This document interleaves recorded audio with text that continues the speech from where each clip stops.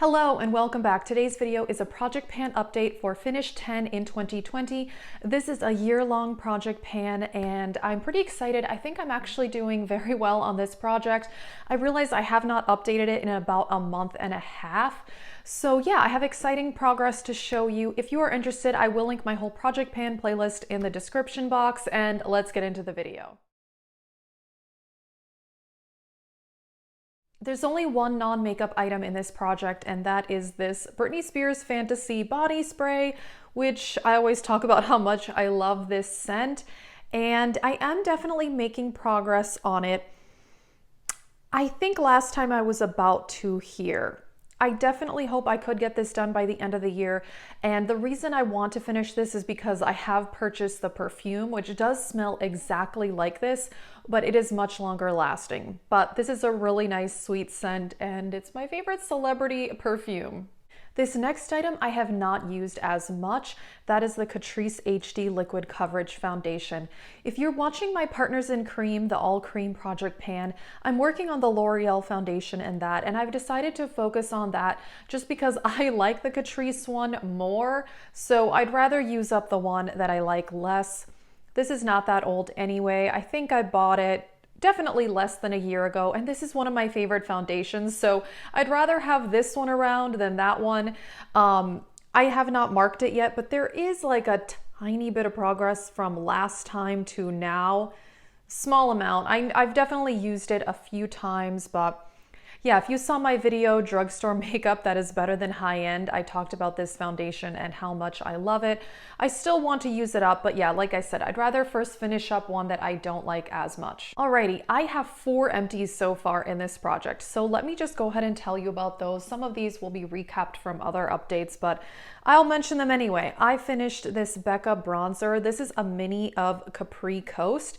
I really do like this bronzer. It's really nice. It has a bit of sheen to it, but not really shimmery or glittery or anything like that. Very beautiful, and I actually realized I have this already in another face palette from Becca, so I technically had a backup of this bronzer. I actually do want to try more of the Becca bronzers. I think I want to try a different color, but that is a beautiful formula. I think I showed this at the last update. I finished the CoverGirl True Blend Illuminating Primer, and I talked about these quite a bit on my channel last year. I really like the CoverGirl primers, but I've decided I won't be purchasing illuminating primers anymore. They're not that flattering on my skin type.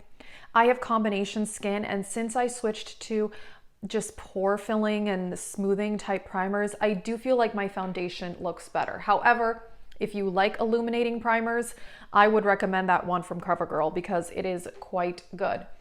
And I have finished 2 lip products in this project.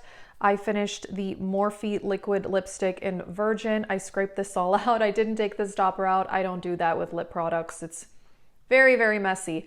I actually do like this Morphe formula, and I have 2 other colors.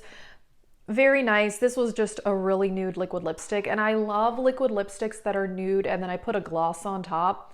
It's really, really nice. The bold colors that you normally would wear just all matte by themselves, definitely not as comfortable, so I'm not as into that, but nude liquid lipsticks I love.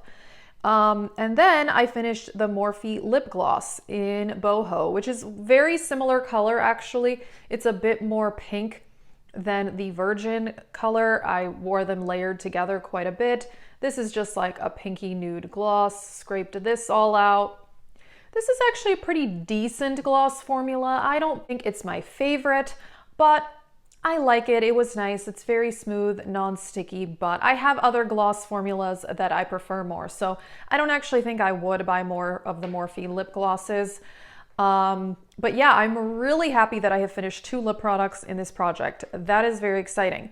So there are 2 more things to update on in this, and the first one I'll talk about is the Hourglass Ghost palette, and this I count as 3 different items in this project because my goal was initially to hit pan on 3 things in this palette. I'm kind of changing my mind about that. I'm not really sure where I'm going with this right now. At the last update, I had already hit pan on these, but I have expanded the pan. I'll show you a photo of what it looked like.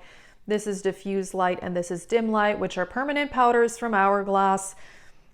And I haven't really used the rest of the palette very much. I've used the highlighter a few times since the last update, but I'm working on another highlighter in another project. And yeah, so I'm not really sure now what I'm going to do, because like I said, my goal was for me to hit pan on 3 things, and I've already hit pan on 2 of them. But I'm just not reaching for the rest of the palette. So I may just go ahead and change my goal to just completely finish up dim light and diffused light. I think I'm gonna go with that because that's just what I reach for in this palette. I do love the blushes and the highlighter. The bronzer is not my favorite, but these 3 are great. But again, I'm just not really using them. But like you'll see, I also have a blush in this project, which that has been the blush I wear most days. And then a couple days a week, I change it up and use something else.